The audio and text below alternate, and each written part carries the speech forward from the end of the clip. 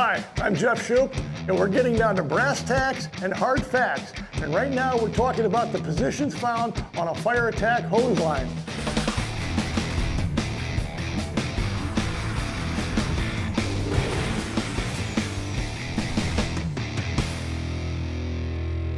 First position we're going to discuss is that of the nozzle man. The nozzle man has a lot of responsibility in that he has to have this line bled and he has to have it ready to go when we run up against fire. He also has to employ the proper nozzle mechanics so he can get the biggest bang for the buck from this stream when he begins fire attack. So nozzle mechanics, proper pressure after being bled, positioning of the hose line within the fire building are critical things that the nozzle man's got to look out for. Let's go over. In this case, our scenario is a fire at the top of the stairs in this two-story structure right here. So the line has been bled off. We're getting in position to start fire attack. Let's go over. Okay. The fire's at the top of the stairs. There's a heavy body of fire showing, so we have our 1 3/4 line with our solid bore 15/16 nozzle. We're going to make full use of this nozzle. So the nozzle man's got everything ready to go, so he's going to start attacking the fire right now, utilizing the reach and the penetration force.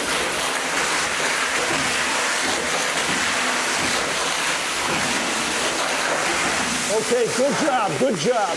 Okay. After the first hit from the line, the nozzle man shuts down, then moves up several steps to get closer to the fire area. As the nozzle man gets in position for the second hit, what he wants to do is cover as much area as he can by the motion of the nozzle. That includes putting the stream up overhead. In some structures, all right, now into the fire area. There you go. Straight ahead now, straight ahead. Okay, the reason we want the nozzle to make sure it hits overhead is that we don't want anything to collect in the stairwell ceiling above him and behind him that might drop down and possibly burn through the hose. Okay, nozzle man, let's move it up. Okay, he's made it to the top floor. Now he can continue the fire attack that we've started. Okay, good job, nozzle man. As you can see, we have a straight line of hose on the floor. The second man in the stretch is the person who monitors the hose.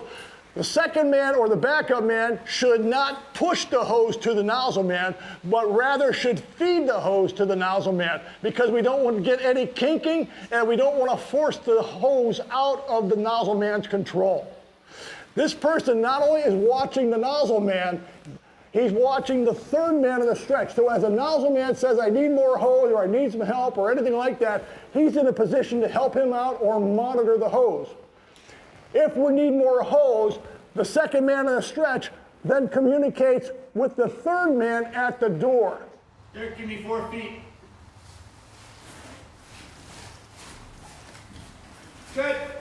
If you take a look at the hose line right now, it's a straight line of hose coming into the fire building, coming here and going straight up the hose to where the nozzle man is positioned.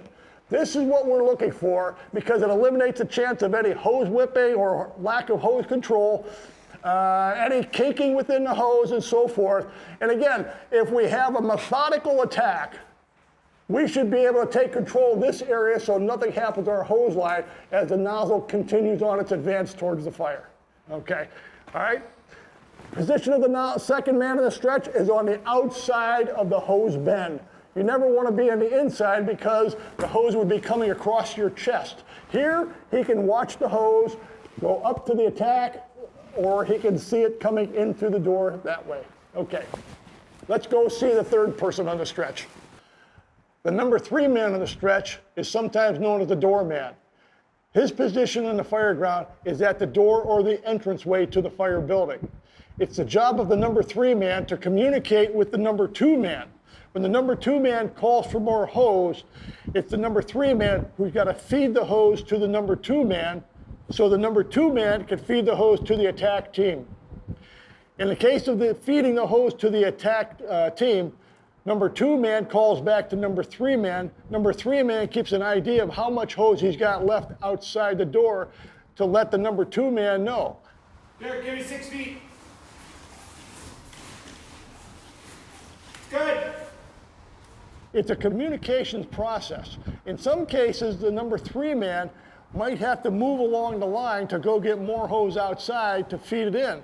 So it's a very important position, maybe not glamorous, but it's an important position nonetheless to help the nozzle get to the fire.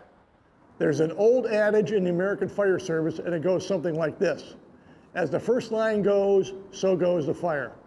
It was important for firefighters to know that many, many decades ago, and it's just as important for firefighters today to know what that means.